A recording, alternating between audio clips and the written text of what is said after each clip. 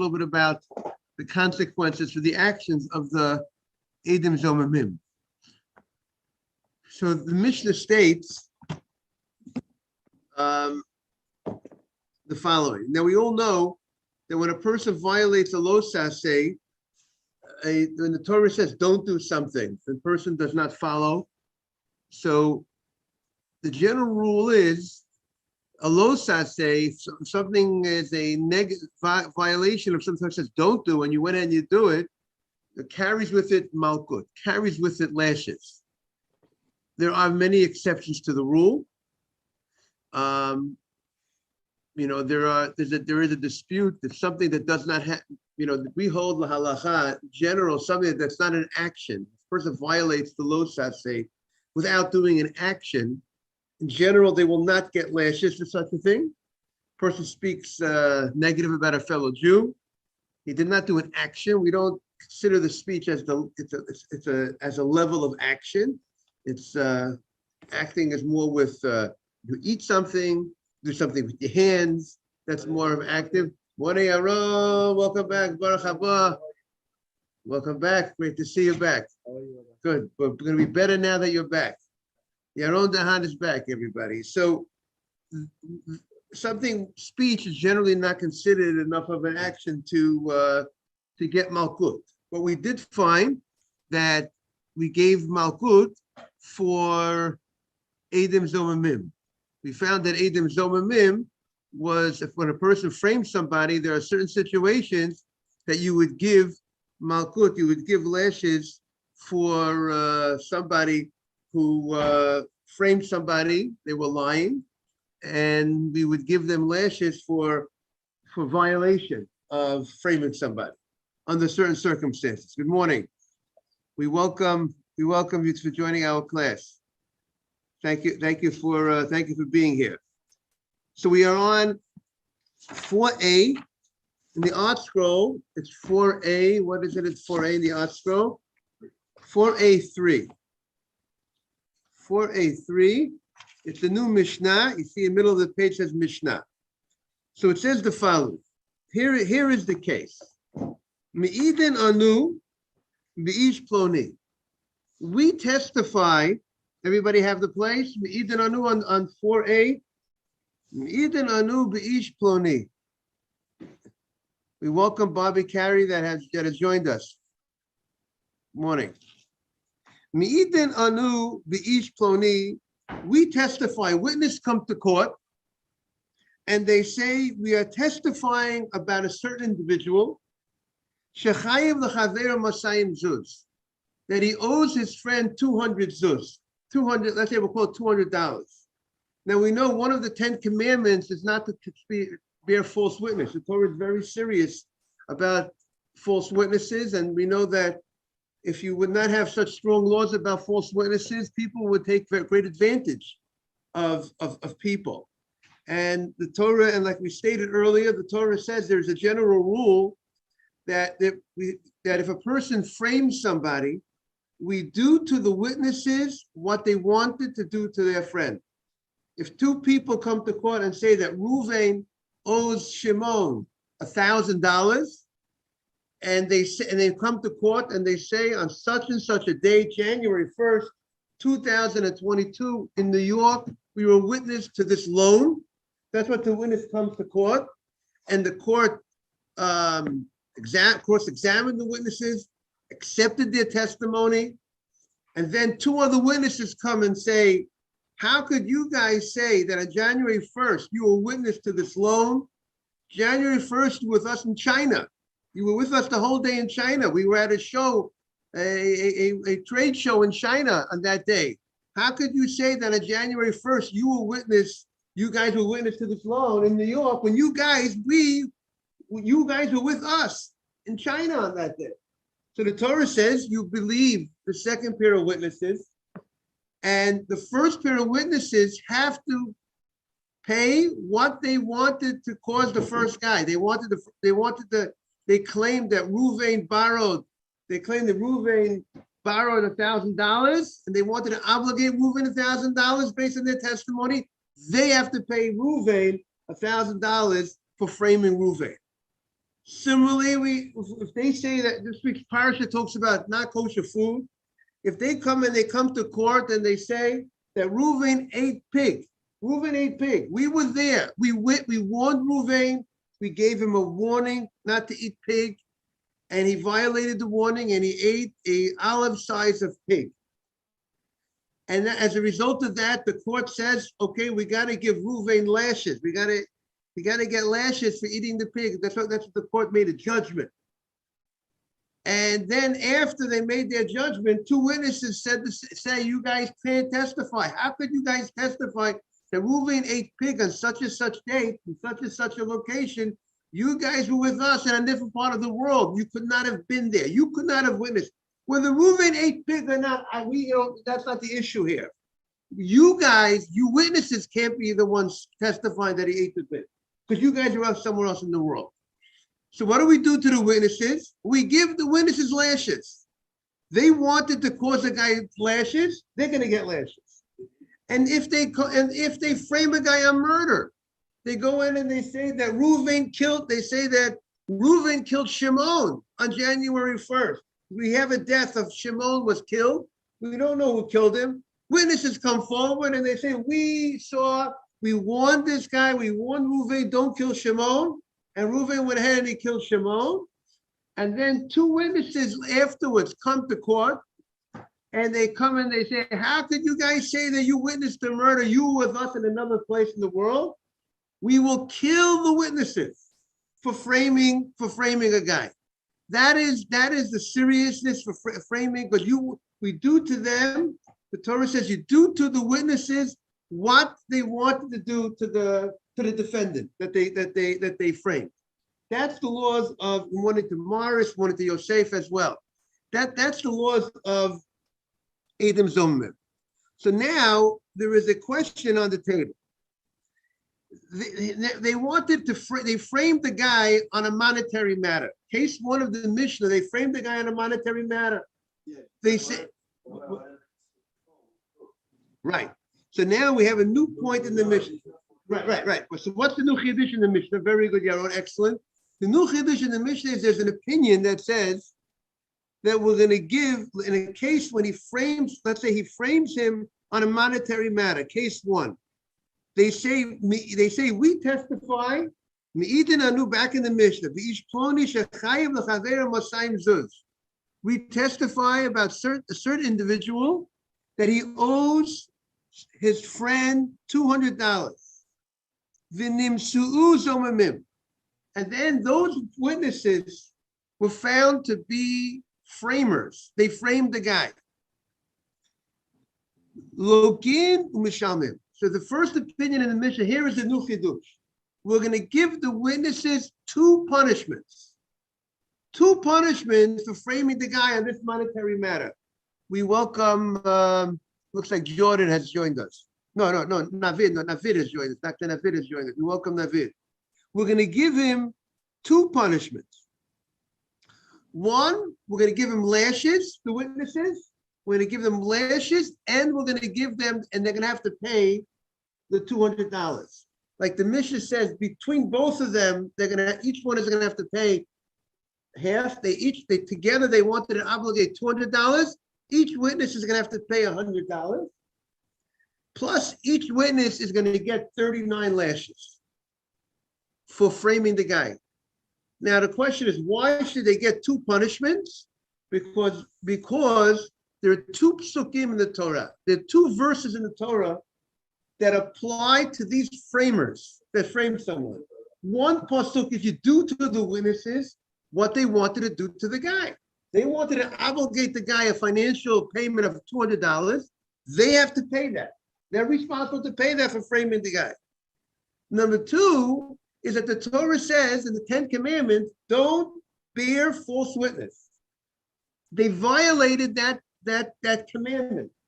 And the general rule is violation of a lo saseh, and especially, and even though this is not a violation that with action, it's with words, but the Torah says there's a pasuk that shows us that witnesses have the ability to get lashes for framing someone.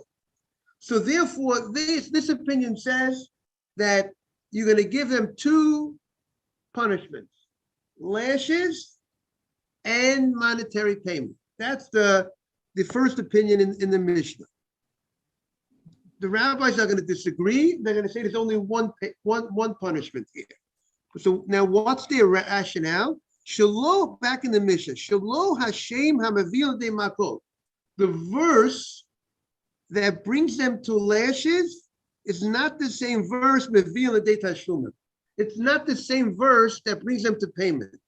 Meaning to say, if there would be one violation of one pasuk, one verse, we would say for violation of one statement of the Torah carries one punishment. But here there's two different verses that apply to this situation. There's a verse that states, do to them what they wanted to the other guy, which would be they wanted to create a financial obligation, they have to pay for it. And there's another verse that says, don't bear false witness. And that idea of bearing false witness comes with it a punishment of lashes for violating that prohibition. So therefore, Divrei Rameya says, we're going to, as the expression goes, throw the book at these framers, and then in this situation, they're going to have to get two punishments. However, the Chachamim say no. The Chachamim say we're not going to give two punishments. If the guy if there's payment that has to be done, we don't give payment and lashes. When you can't, if there's no payment to be done, then you can give lashes. But if there is payment here in this situation, they're paying for what they framed the guy. That's it. We don't give him a double punishment. And the Gemara is going to bring a pasuk in the Torah that teaches us this law for doing this one act of violating the lo saseh. They violated, don't bear false witness. You only could give them one punishment. You don't give them two punishments for this one violation, one act that they violated. They violate because they really in the Torah says don't bear false witness. That was the violation that was happened here. So even though there's another pasuk that says you do to which punishment is given though? Is it the higher of the two, or because lashes is harder than monetary? Very good. So Jaime bring up a very good point. By the way, anybody has any points? We always love to hear anybody. This is not a lecture. We love to hear people speak up. Anything, feel comfortable to ask anything. There is a rule in general. If there's two punishments, one's a more serious punishment and one's a less serious punishment, and we give one punishment, we give the higher punishment. Here, Rashi states that the Gemara learns out specifically by witnesses. When witnesses are framing someone, the monetary payment is the payment. If we have a choice of, if we have to do one punishment that has to be given, we have a special verse that says that you would do the monetary payment. I think it's because the verse states you do to them what they wanted to do to others. They wanted to create a monetary payment. That's the one that you're going to give to them. Even though it could be, like you said, the lashes might be a more serious punishment, and the general rule is give the stronger punishment. But here in this specific case, when it comes to witnesses, the Torah most probably wants to give over to the witnesses and to create a great deterrent for people that they need to understand. But if you go ahead and you frame somebody, you're going to get what you wanted to do to the others. So therefore, that's going to be the trump card, so to speak, or whatever the expression is. That's going to be, we're going to give them that. That's the punishment that we're going to give. That's why the rabbis say, call them a shalem. Once they have to pay, they're not going to get lashes. The Torah does not want to give them two punishments for this one act. The Torah wants to give them one punishment for that act. Like a guy goes ahead. So no two punishments for one crime, and then the punishment is what you would have caused to your victim. Exactly, and they wanted to obligate him a $200 obligation, monetary obligation. They're going to have to pay the $200 fine, obligation, right? Right. That's Jaime's question. Give him the Kim Limit Ramadan. Jaime's question is, why don't you give him the stronger punishment? If they get the money, that's his question. You know, for instance, let's say a guy wanted to frame a guy $5. $5? The lashes, 39 lashes is much worse than $5. But we're still going to give them the $5. The obligation, the court is going to rule, they have to pay $5. We're not going to give them $5 and lashes for one fine. If they violate many different programs, you could do, there's a concept you could do. One act could get many punishments if there's many violations with one act. For instance, if you're driving a car and you're speeding and you're not wearing a seatbelt, there was multiple violations. You didn't have a seatbelt on. That's one independent violation. And then you went ahead, you violated that law. You have to wear a seatbelt. Then you went ahead, you sped. You were speeding. You violated another law. So it could be the concept if there was multiple violations, multiple sins were violated. You could get multiple punishments. But when there was one violation, there was one real sin that was done. The sin here that was done was they gave false testimony. That was the sin. Now we want to know, could we give them two punishments for this one sin? This they did an act, they didn't follow the Torah in one way. One thing they did wrong. They went ahead and they bear false witness. So even though the Torah talks about we find the Torah sometimes gives the punishment of money sometimes applies to witnesses that bear false witness. Sometimes there might be lashes for witnesses that bear false witness, but to give them both together, when there's one violation of bearing false witness, they can't give them both punishments for one violation. Because we're going to find, that's, yes.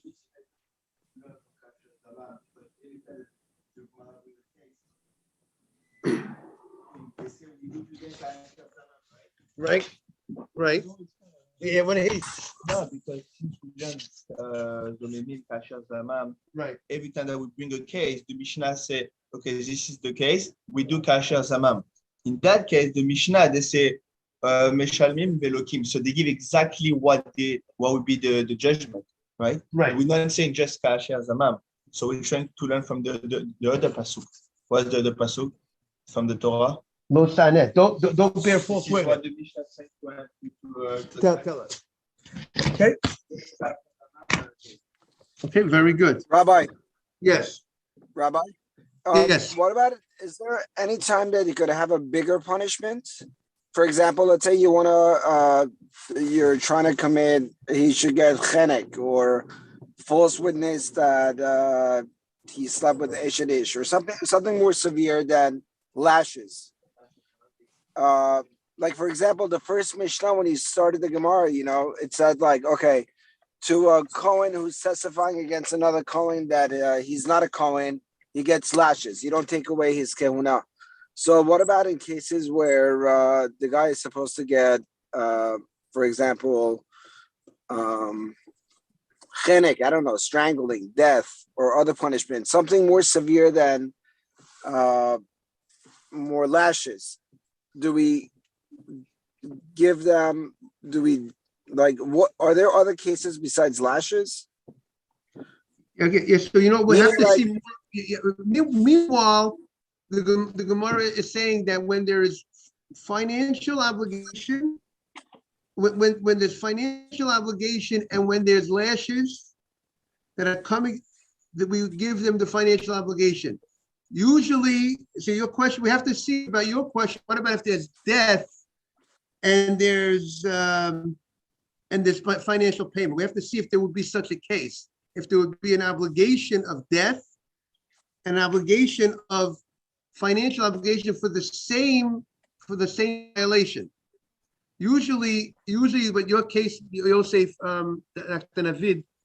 the obligation of death most probably would not come at the same time with of money. if it would be an allegation with death, was two violations. Like I told you, the seatbelt and the speeding, it's two different violations. That's the case of the Mishnah here is only the scenario that the Mishnah found so far is lashes and money. We have to look into your case of if there is such a scenario of death and how to have to look into that more. Right. They usually don't mix. So if someone's accusing someone of sleeping with somebody else's wife, there's usually a punishment that's non-monetary. They would probably be separate cases. Correct. Right. So there's no monetary obligation for that. Rabbi? We're going to we're going to see about framing a woman. We'll see about the two ideas. Yes. Rabbi, why do we assume that the second set of witnesses that come in and discredit the first set of witnesses is telling the truth? I read that the Torah suggests that we have to assume the second set of witnesses is correct, and that they had said, we were with this person in China, he could not have been there at this time. Why do we, it doesn't talk about why we assume that they're not false testifying. Great question. Here we're asking, why should the second pair of witnesses be believed more than the first pair of witnesses? So I think the answer that's given to this question is the following. You're correct. If the second pair of witnesses are arguing with the first pair of witnesses about the facts of the case, the second pair of witnesses will not be believed first pair. If the second witnesses come into court, say that you got the first thing borrowed $100 on January 1st, and the second witnesses say that Reuven did not borrow. So they're arguing that the witnesses are going against each other. First pair of witnesses he borrowed, second pair of witnesses he didn't borrow. They can't now. We won't believe the second pair than the first pair.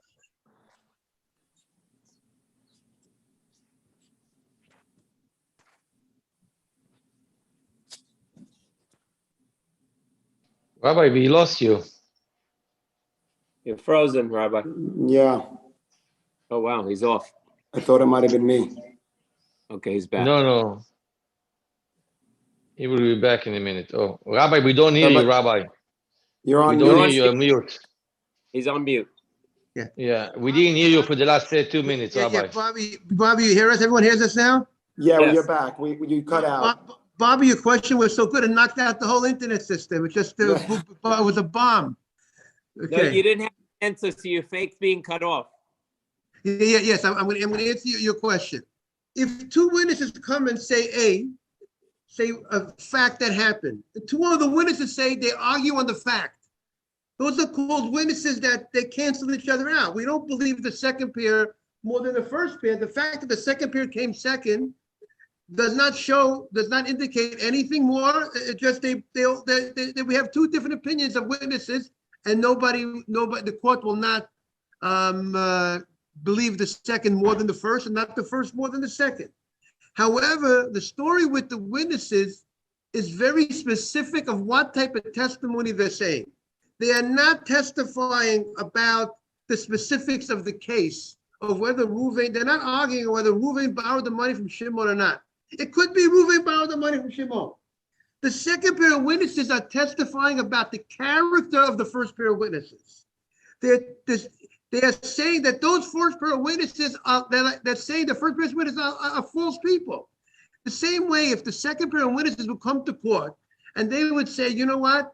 The first pair of witnesses are Rishoim, are wicked people, that you can't trust them. The Torah says wicked people can't be witnesses. A person is an invalid witness if they're wicked. If they're wicked, a Rasha, the Torah says a Rasha can't be a witness. If a pair of witnesses, after two people come and they testify, a second pair of witnesses come in and they say, you know what? These guys are Rishoim. These are wicked people. And the Torah says you can't trust them. So you would believe the second pair of witnesses because they're saying about the character of the witnesses. So it's the same thing over here. When the second pair of witnesses come, they're not arguing in the details of the case. Then it's 2 against 2. They're testifying on the character of the witnesses. So that's an independent, it's not 2 against 2. It's rather, it's the second pair of witnesses are coming forward about who the people are that we're talking about. And therefore, that's the idea, that's the case, that's the only case that will believe them over the first pair of witnesses. Is that clear, Bobby? That's the chidush, and that's the chidush. It's a novelty. And the Torah does say that we will believe the second pair of witnesses in that case, because they're not. Let's follow that logic for a second. It takes 2 to cancel the testimony of 2 others. Correct. They can't cancel it based on the facts of the case. They can only cancel it based on the character or disproving that they were actually at that place at that time, which disproves their character. That means they're lying. Right. But you see, I use the case of saying that the Rishonim, I don't believe that the witnesses come and they say that the first pair of witnesses were Rishonim. That's not going to make the first pair of witnesses framers. It's just going to make the first pair of witnesses, that will throw out the first pair of witnesses. It's discredited. Go ahead, what'd you say? Discredit. It's called discredit. Right. I just wanted to use that to illustrate, we find the concept that the second pair of witnesses could be believed. You could understand why the second pair of witnesses have the ability to discredit the first pair of witnesses. And then the Torah takes it to another level.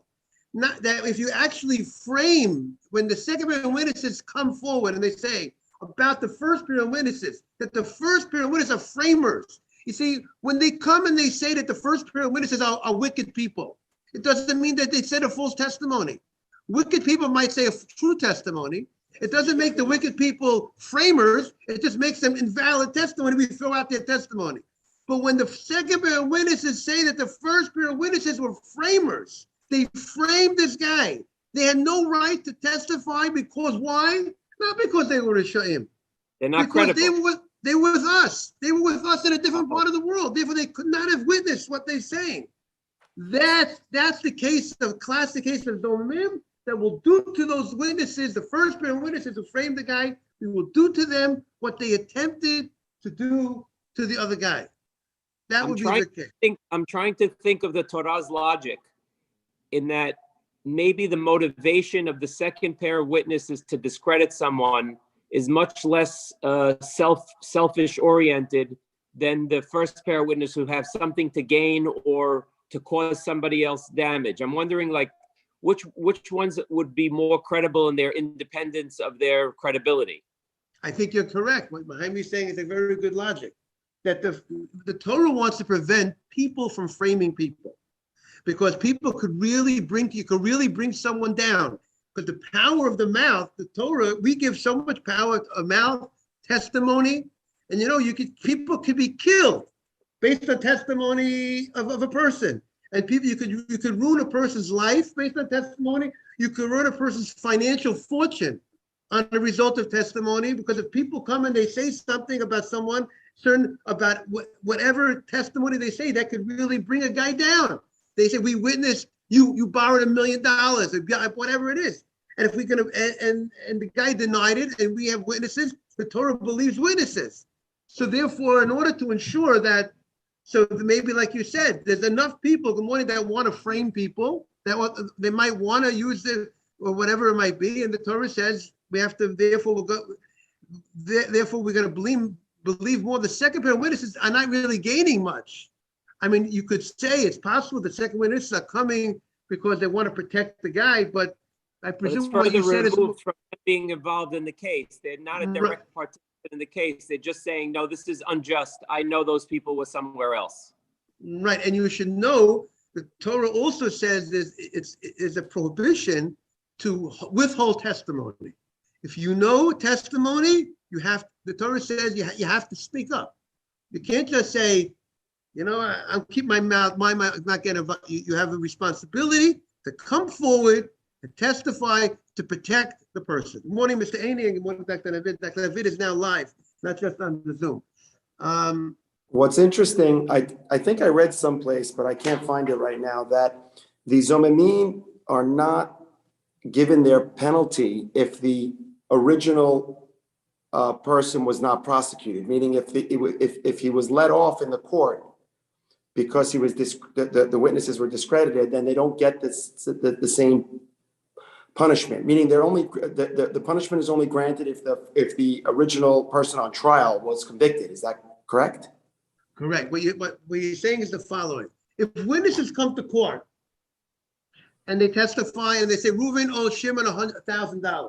Right. But the court is deliberating the case. Or they say Reuven killed Shimon.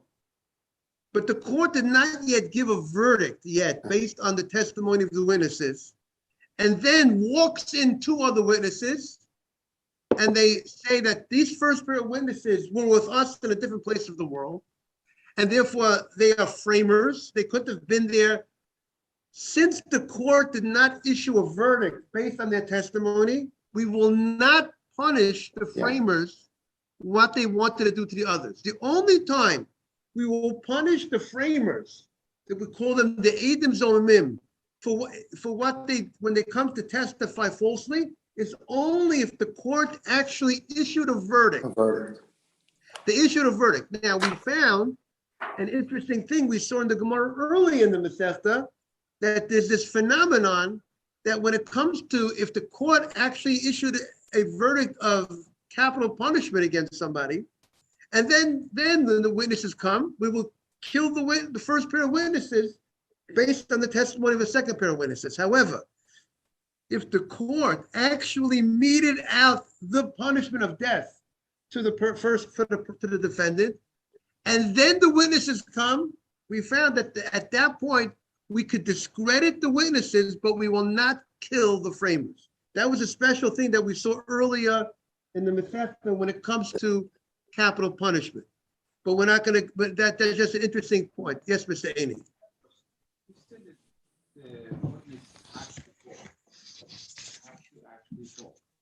In other words, if they know something. They know something, you have to say something. Even if it's family, even against your brother or your mother or your son.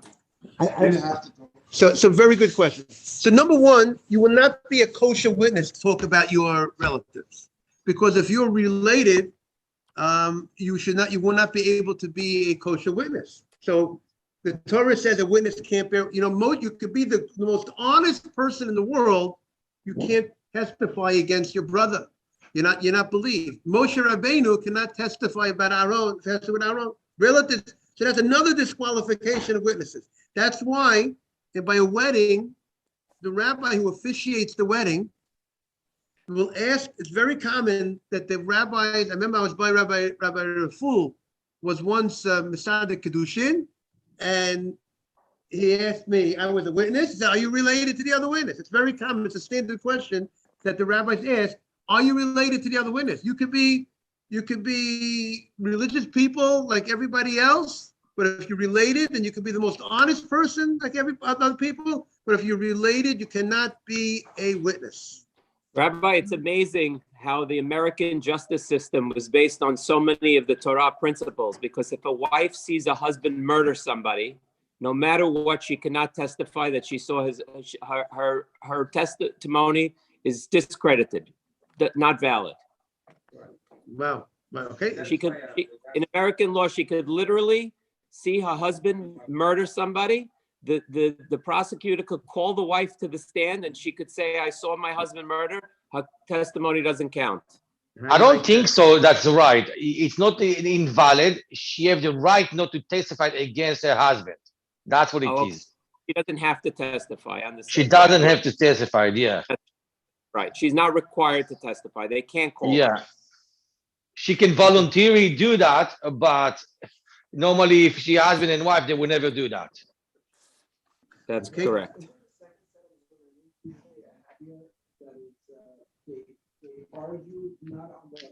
They're talking about the right. They're talking about the witnesses. They're saying that the first pair of witnesses were with us in a different place. Yeah, but they agree with what they're testifying. No, they're not. They're not coming. The second pair of witnesses, first we welcome the Feldmans, we welcome Jake. They're not they're not talking about the case. The second pair of witnesses are not talking about the details of the case. They're only coming to say one thing only. You first pair of witnesses had no right to testify about this guy because you were somewhere else in the world. We don't know. It could be it's true. Could be the guy borrowed $1,000. Could be the guy murdered. We don't know. But you guys cannot come forward and be the witnesses because you were somewhere else. So they're not talking about the details. Let's get back to Bobby's case point. Then the second pair of witnesses are not coming to argue on the details of the case. It's not 2 against 2 on the details. It's just all about they're coming to say, you guys who came forward to testify, you guys are full. You cannot be witness because you were somewhere else in the world at that time. And therefore, that's how they make them Adam Zomim, framers. We're back now to the more traditional discussion in this chapter about Zomim. Good morning. About framers, about people framing other people. So the Mishnah continues. Even if it's true, right, it doesn't make a difference whether it's true or not. It's all about, do the first pair of witnesses have a right to testify or not? If the second pair of witnesses show, right, meaning if the first pair of witnesses were not there at that time, at that place, we do not allow, that's going to make them framers. Exactly. It doesn't make a difference if subsequently 2 other witnesses came in and they testified about the case and it was a proper testimony. Will still punish the first pair of witnesses because you guys had no right to be here. You had no right to testify. You don't know the details of the case. You don't know the details of the case. You didn't see it. You can't testify. I don't care if it's true. And I would speculate that a lot of times you might even have a situation. A guy borrowed money from someone and he was foolish because he didn't have any witnesses on the deal. The halacha is when you borrow money from someone, you lend some money, there has to be some sort of witnesses, documentation, something. And he didn't do it. He didn't follow the law. That's the Jewish law. Because if you don't have documentation of witnesses, you're opening yourself up for issues, for problems, and all different things. You create stumbling blocks. And what happened was, so 2 witnesses say, you know what, we'll come forward. And you no witnesses, no document, and they deny the loan, you can't collect. Right? That's if the guy, so now what happens is, so 2 guys said, you know what, we'll come forward. We'll say it happened. And it's true it happened. Because let's say it happened, you trust the lender. And you know the lender, right? You wouldn't lie. You put 2 witnesses up to do it. But that's also the Torah is saying that's all. That to me, that might be the more common case. Hopefully we deal with honest people. But sometimes, even if you're honest, but you're recreating something, but you didn't see it, I mean, obviously the Torah is worried about the serious framer, that the framer is going to create a false thing. You want to get somebody, right? Somebody wants to get somebody back, so he frames him. That's what's happening. This happens all the time. It's one of the sentences. Don't bear false witness. Okay, we should learn from this how important it is to say the right thing, say the important thing, be honest, and we welcome everybody. And document all your loans. Say that again. And document all your loans. Document all the loans. Follow the law. Document everything should be documented. There should be witnesses. That protects everything. Have a great day, everybody. Thank you. Thank you. Thank you, Rabbi. Thank you, Bobby, for joining. Thank you, Enjoy. Rabbi. Thank you, Yosef. Thank you, everybody. What did you say, Mr. Feldman? They're doing the mitzvah of Hava. It's a big mitzvah, big time. Lending money is a big mitzvah. It's an obligation. People don't realize it. It's an obligation. It doesn't mean you can't protect yourself. Take collateral. You want to take collateral? Take collateral. Take it, but it's a mitzvah. Torah wants us to help the people who the people need help. That's why they want a loan. And Rashi says an amazing thing. Sometimes the poor man doesn't want to take a gift. And therefore, do it alone. Right. And that's the case of the Torah. The case of the Torah, the guy wants his dignity. It's beautiful to have people like that. And we should encourage. It's beautiful people. There are people, I said in the Kollel by Rabbi Feinstein's called, I'm involved in the Kollel when we give out Matanot Levyonim. They're poor people. So this year, another guy, I went into a guy, we prepared money for the guy in an envelope that must have had $400 or $500, whatever it was. The guy said, my financial situation is better. I don't want to take it. How do you like that? That's a person of honesty, dignity. I don't want to take, I don't feel comfortable taking my total levy anymore. I don't know that I've give it to someone. Said, give it to my brother. And I spoke to the rabbi. I said, yes, give it to his brother. Thank you for joining everyone. Have a great day. I pray 5 or 7:30 minutes here. When I go to NYU.